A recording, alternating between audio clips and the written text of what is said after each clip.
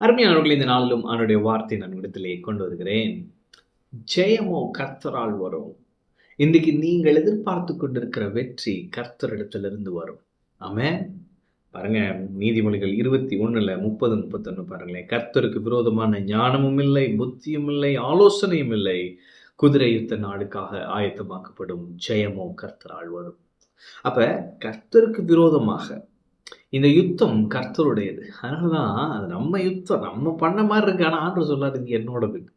அப்ப நம்ம பிரச்சனை அப்படியே அவர் பக்கம் திருப்பி அது அவருடையதை மாத்துறப்ப அவர் எல்லாவற்றையும் பார்த்துக்கிடுகிறார். நம்ம பிரச்சனை என்னன்னா, இது எல்லாத்தையும் என் பிரச்சனை நம்ம தலையில தூக்கி போட்டு நிம்மதி இல்லாம இருக்கணும்.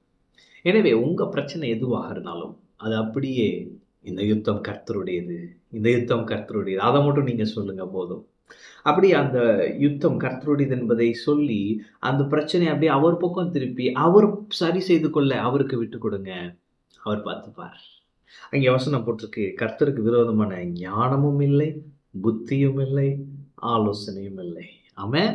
அப்ப உங்களுக்கு விரோதமாக பிரதர் அவங்களோட மூளையெல்லாம் நமக்கு இல்லை பிரதர்ன்றீங்களா? அவர் சொல்றாரு, எனக்கு விரோதமான ஞானமும் இல்லை, புத்தியும் இல்லை, ஆலோசனையும் இல்லை.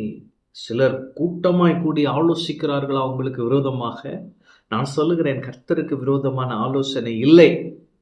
ஏன்னா இவர் ஆலோசனை கர்த்தர். ஸோ உங்க எனிமி, உங்களை விரோதிக்கிறவர்கள் போடும் சதித்திட்டங்கள், ஆலோசனைகள் ஒன்றும் பழிக்காது. அடுத்து போட்டிருக்கு, குதிரை யுத்த நாளுக்கு ஆயத்தமாக்கப்படும். அப்ப நீங்க தான் குதிரை. நீங்க யுத்த நாளுக்கு ஆயத்தமாகறீங்க. உங்களை ஆயத்தப்படுத்துகிறவர் தேவன்.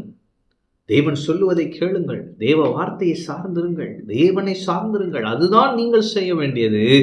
ஜெயமோ கர்த்தரால் வரும். ஆமென். ஜெயமோ கர்த்தரால். நீங்க ஒன்றும் செய்ய தேவையில்லை, ஜெயத்தை அவர் கொடுப்பார். ஆமென். அப்ப இன்னைக்கு உங்க சூழ்நிலைகளிலே நீங்கள் வெற்றி பெறுவீர்கள். அந்த ஜெயம் கர்த்தராலே வரும், கர்த்தராலேயே வரும். ஆமென். நீங்க பிரயாசப்பட வேண்டிய அவசியம் இல்லை. ஏனென்று சொன்னால் இந்த யுத்தம் கர்த்தருடையது. கர்த்தர் பார்த்து கொள்வார், கர்த்தர் ஜெயத்தை தருவார், கர்த்தர் நீங்கள் வெற்றி பெறும்படியாய் வழி செய்வார். நீங்கள் வெற்றி பெறுவீர்கள்.